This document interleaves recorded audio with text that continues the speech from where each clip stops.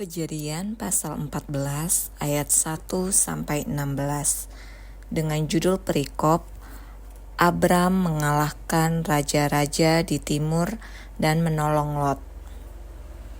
Pada zaman Amrafel, Raja Sinear, Ariok, Raja Elasar, Kedorlaomer, Raja Elam, dan Tideal, Raja Goyim, terjadilah bahwa raja-raja ini berperang melawan Bera, Raja Sodom, Birsya, Raja Gomora, Shinab, Raja Adma, Shemeber, Raja Zeboim, dan Raja negeri Bela, yakni negeri Zoar.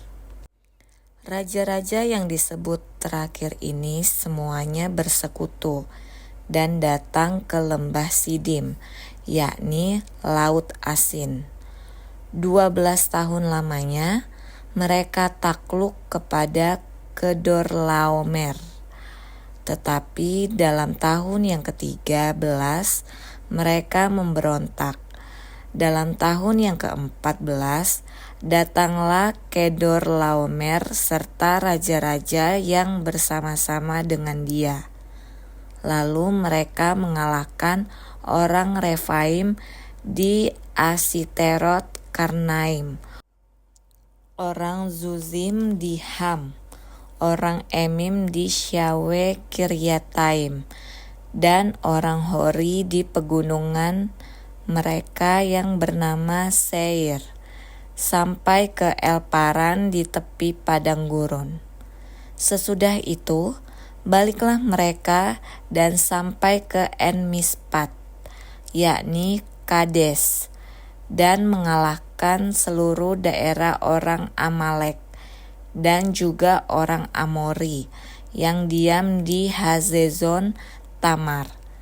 Lalu keluarlah raja negeri Sodom, raja negeri Gomora, raja negeri Adma, raja negeri Zeboim, dan raja negeri Bela, yakni negeri Zoar, dan mengatur barisan perangnya melawan mereka di lembah Sidim, melawan Kedorlaomer, raja Elam, Tideal, raja Goyim, Amrafel, raja Sinear, dan Ariok, raja Elasar. 4 raja lawan 5. Di lembah Sidim itu, di mana-mana ada sumur aspal. Ketika Raja Sodom dan Raja Gomora melarikan diri, jatuhlah mereka ke dalamnya, dan orang-orang yang masih tinggal hidup melarikan diri ke pegunungan. Segala harta benda Sodom dan Gomora beserta segala bahan makanan dirampas musuh. Lalu mereka pergi. Juga Lot, anak saudara Abram, beserta harta bendanya, dibawa musuh, lalu mereka pergi, sebab Lot itu diam di Sodom. Kemudian datanglah seorang pelarian dan menceritakan hal ini kepada Abram, orang Ibrani itu, yang tinggal dekat pohon-pohon terbatin kepunyaan Mamre, orang Amori itu, saudara Eskol dan Aner, yakni teman-teman sekutu Abram. Ketika Abram mendengar bahwa anak saudaranya tertawan, maka dikerahkannyalah orang-orangnya yang terlatih, yakni mereka yang lahir di rumahnya, 318 orang banyaknya, lalu mengejar musuh sampai ke Dan. Dan pada waktu malam, berbagilah mereka, ia dan hamba-hambanya itu, untuk melawan musuh. Mereka mengalahkan dan mengejar musuh sampai ke Hoba, di sebelah utara Damsyik.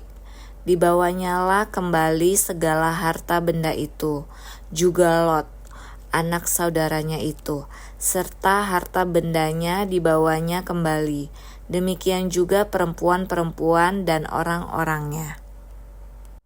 Kejadian pasal 14 ayat 17 sampai 24 dengan judul perikop pertemuan Abram dengan Melkisedek.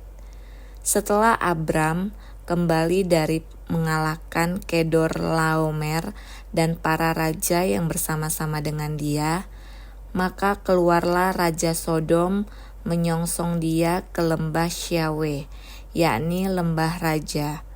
Melkisedek, Raja Salem, membawa roti dan anggur. Ia seorang imam Allah yang maha tinggi. Lalu ia memberkati Abram, katanya, "Diberkatilah kiranya Abram oleh Allah yang maha tinggi, pencipta langit dan bumi, dan terpujilah Allah yang maha tinggi yang telah menyerahkan musuhmu ke tanganmu." Lalu Abram memberikan kepadanya 1/10 dari semuanya. Berkatalah Raja Sodom itu kepada Abram, "Berikanlah kepadaku orang-orang itu, dan ambillah untukmu harta benda itu." Tetapi kata Abram kepada Raja negeri Sodom itu, "Aku bersumpah demi Tuhan, Allah yang maha tinggi, pencipta langit dan bumi, aku tidak akan mengambil apa-apa dari kepunyaanmu itu, sepotong benang atau tali kasut pun tidak, supaya engkau jangan dapat berkata, 'Aku telah membuat Abram menjadi kaya.'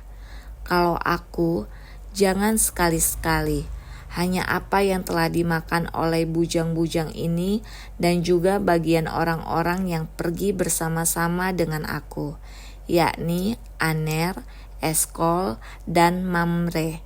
Biarlah mereka itu mengambil bagiannya masing-masing."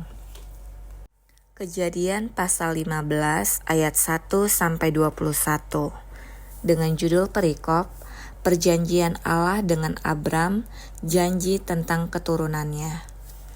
Kemudian datanglah firman Tuhan kepada Abram dalam suatu penglihatan.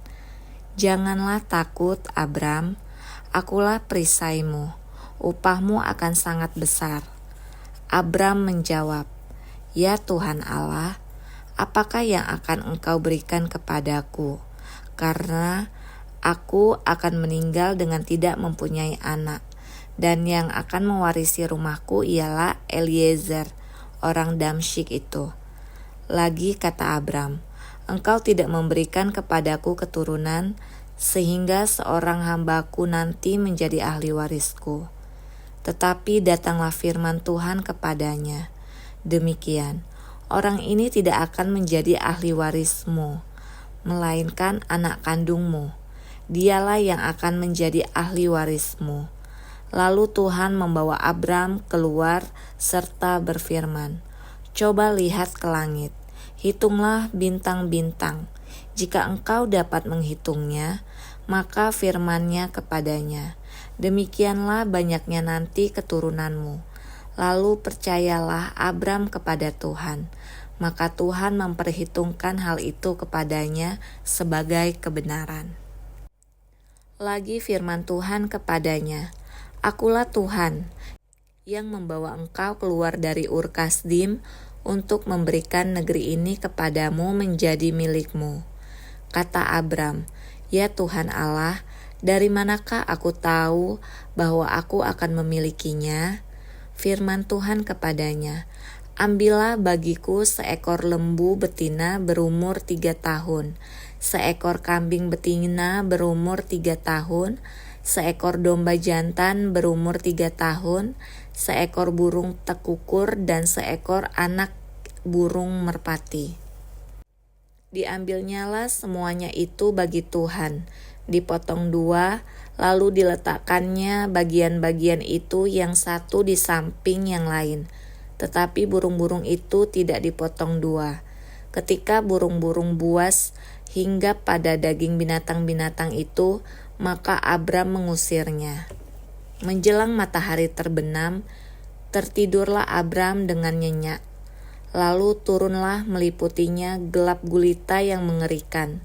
Firman Tuhan kepada Abram, "Ketahuilah dengan sesungguhnya bahwa keturunanmu akan menjadi orang asing dalam suatu negeri yang bukan kepunyaan mereka, dan bahwa mereka akan diperbudak dan dianiaya 400 tahun lamanya.